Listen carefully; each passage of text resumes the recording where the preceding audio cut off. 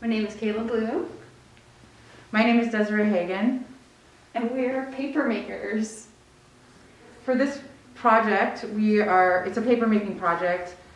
It started out kind of processing trauma and grief through paper making. And the title of this show is Reflect, Respond, Rebuild, which we kind of see as three really good words that describe what a lot of people are going through during Corona. You know, we're kind of having to sit with ourselves and think about what we value, and also kind of seeing things around us and kind of coming to terms with our varied histories, you know, especially through like what's going on with protests and Black Lives Matter and things like that.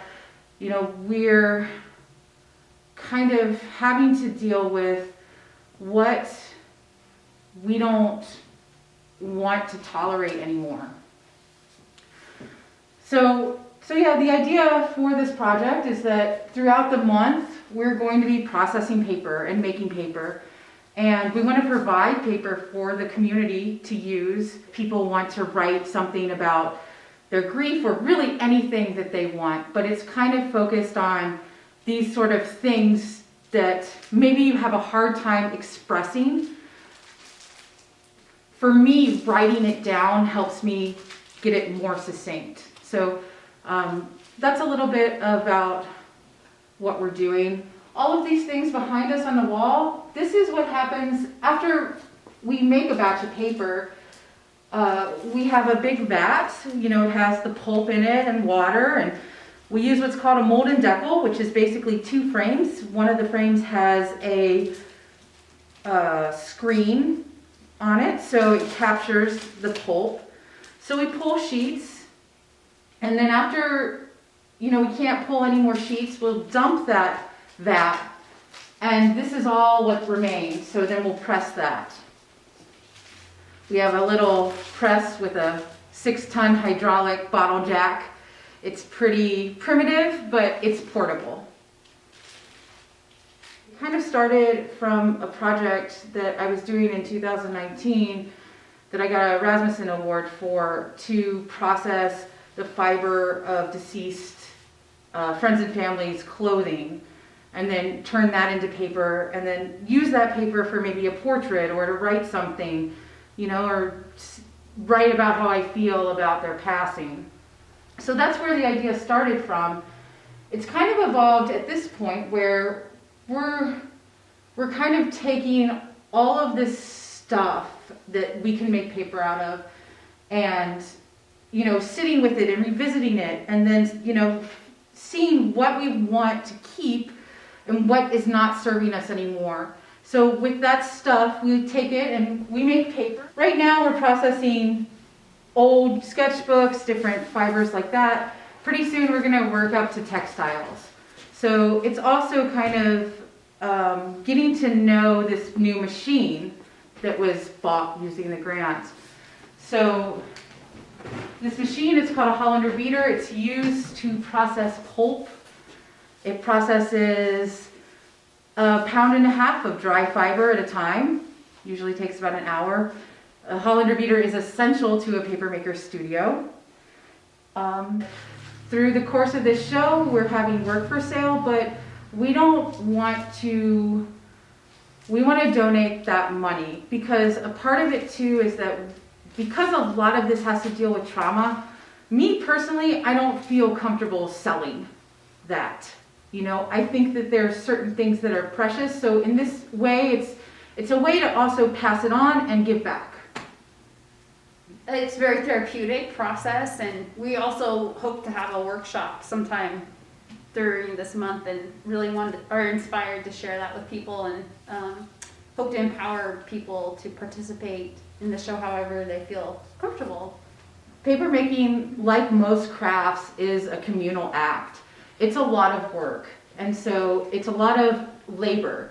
So if you can share that labor amongst people while also teaching them and talking about these things, it makes it better. So right now we definitely want to have workshops, but we're kind of evaluating what our capacity is as far as like me and Kayla, we have a studio built for two, you know, like she has her own studio, I have my own studio, we both have enough space that we can work. So we're trying to figure out how to scale up a little bit so that we can be able to say have 5 or 6 people and teach paper making too. So that's where we're at with that. It's kind of been the dream as to how to get more people involved in paper making, because for me, I see it as a very radical thing. It's something that brings me a lot of joy. I love, I mean, it's almost like irrational how much I love handmade paper.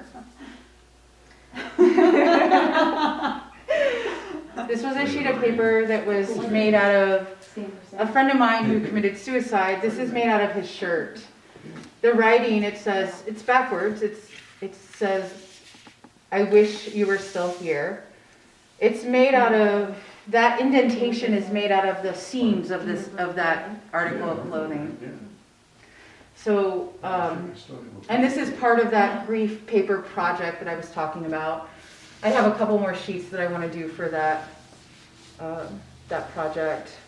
This is kind of a nice little technique. It's basically, you know, I intentionally put holes in the paper. I sewed up the holes. This kind of mesh is made from burlap that I then dipped into paper pulp. So there's kind of a whole story with that, but I kind of like to leave things a little bit ambiguous to let give space for people to make their own kind of assumptions. So over here, this is what I've been working on recently. These sheets are, when I'm processing the fiber, sometimes I'll pull out little bits and pieces and kind of weave them together. And so this is kind of a series of just taking what I want to save from those things as I'm processing the paper and kind of making something new out of it. This is kind of very neat, and I encourage people to touch this. It's felted paper. So mulberry paper has a very unique quality where it can fuse to itself. And every time you touch it, the oil in your hands strengthens it. So this is a portrait of my friend Brooke. I'll just open it up a little bit. So like this black is actually fused. It's not glued or anything. It's just from kind of squeezing and working the fiber. And then these right here are a series that I've been doing. Basically, I'm taking a lot of recycled postcards from gallery shows, cutting them and making them into a quilt.